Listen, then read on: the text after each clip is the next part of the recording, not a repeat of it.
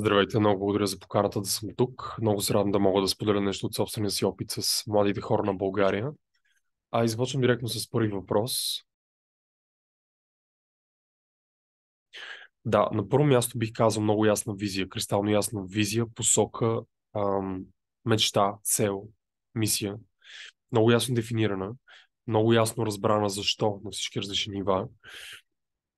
На второ място бих казал човек да не се притеснява да работи много по тази визия и мечта, защото това ще се налага от време на време.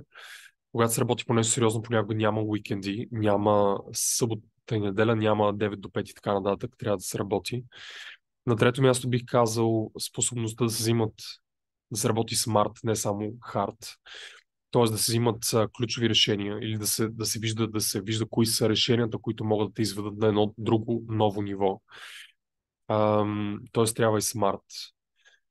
На четвърто място бих казал би било добре човек да е дисциплиниран, това би било плюс. Ако може да комуникира идеите си, да комуникира с други хора, това също би било плюс. Може би това са базови неща, които са ми помогнали. Да може да взима решения, много важно. За мен беше супер естествено решение, защото аз вече бях взел решение за моята визия, моята цел, моята посока. Аз знаех, че искам да съм най-добрия в това, което правя, искам да работя с най-добрите, искам да работя на най-високо ниво, искам това, което правя да има максимално социален и световен принос, до каквато степен е възможно. Иска да тествам собствените си лимити също. Така че решенията бяха взети и аз просто това решение беше автоматично смисъл. Аз знаех, че в чужбина ще има много по-голям шанс, въпреки че е много по-трудно, но ще мога да реализирам дори част от тези мои мечти и планове да работя с най-големите хора в индустрията. И просто заминах. Просто заминах. Научих супер много неща, но мога да започна с според мен едно от най-важните неща, които може да се научат тия хора е критерия, техния критерий за качество, тяхното ниво, разбира се, на професионализъм, тяхното умение да се взимат бързи, адекватни и много добри решения. Техните комуникационни умения в повечето случаи са абсолютен топ, защото те постоянно комуникират с хора, няма значение дали е CEO или артист или така нататък. Ам, Научих за винаги хората на такова ниво имат много силна и много ясна дирекция в живота им. Не само за себе си, може за собствената си организация, за собствения си бранд, за всичко, което правят за хората по принцип.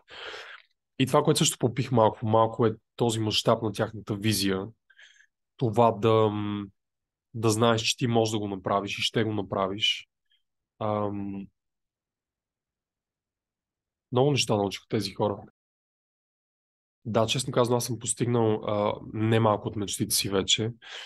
Аз когато постигна мечта, продължавам да мечтая все повече и все повече, все повече. Никога не спирам, никога не се задоволявам, което мисля, че е много важно също. Мечтая да мога да бъда максимално полезен за максимално много хора в целия свят. Мечтая да мога да бъда най-добър пример за максимално много хора около мен или по целия свят. Мечтая това, което правя, да има максимално голям мащаб в последствие в някакъв момент. Мечтая да мога да съдействам за една по-добра промяна в света, по принцип в нашето общество в България.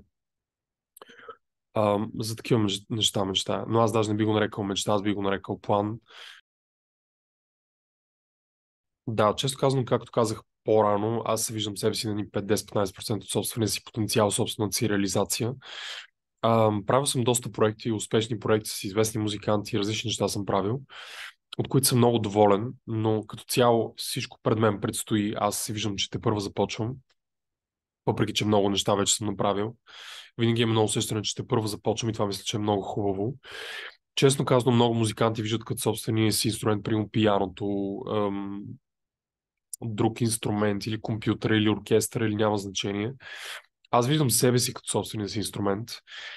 И много рано, преди много години, осъзнах, че всъщност колкото по-добър аз съм като умения, като комуникационни умения, като взимане на решения, като мислене, като емпатия, като чувстване, като добродетели, като етика, като морал, като воля и като подобни качества, всъщност толкова няма значение с какво занимавам, толкова по-напред и толкова по-лесно и толкова по-ефективно аз мога да се предвижа напред.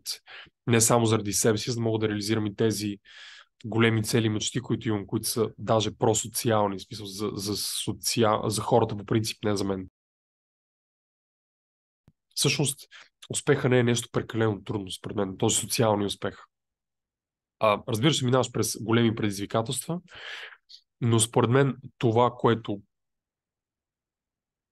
за мен е по-големия успех, това е човек да развива в себе си тези вътрешни качества, тези добродетели, тези морал, етика, да може да бъде пример за хората около себе си и обществото, да може да бъде пример за насякъде, да може да не е само да е успешен да печели награди, титли и така нататък, а да може реално да помогне на обществото, на хората, по принцип на света, да се подобри по някакъв начин. И според мен истинската дефиниция на успеха е това колко добър модел и пример може да бъдеш за останалите, за хората около себе си, за хората в обществото като цяло.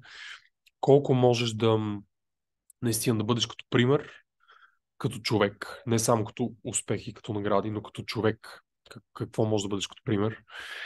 И можеш ли наистина да работиш за социалното ниво, защото много хора приключват просто на индивидуалния успех и там приключва цялата игра. Можеш ли наистина да бъдеш на най-високо ниво, да мислиш за обществото, да мислиш за цялото човечество и докъде можеш да стигнеш в помагането на хората по света по принцип. Бих казал за тайм менеджмент, бих казал, че ако човек има много ясна цел, много ясна посока, много ясна визия, всичко се намества по само себе си. Много решения се взимат автоматично. Няма нужда. Когато имаш много ясна посока, нещата се избистрят от само себе си. Ти гледаш всичко през филтъра на окей, това води ли на там или не, и реално тайм менеджмент става доста лесен. Благодаря много за времето. Надявам се нещо това, което съм казал да ви е било полезно. И до скоро.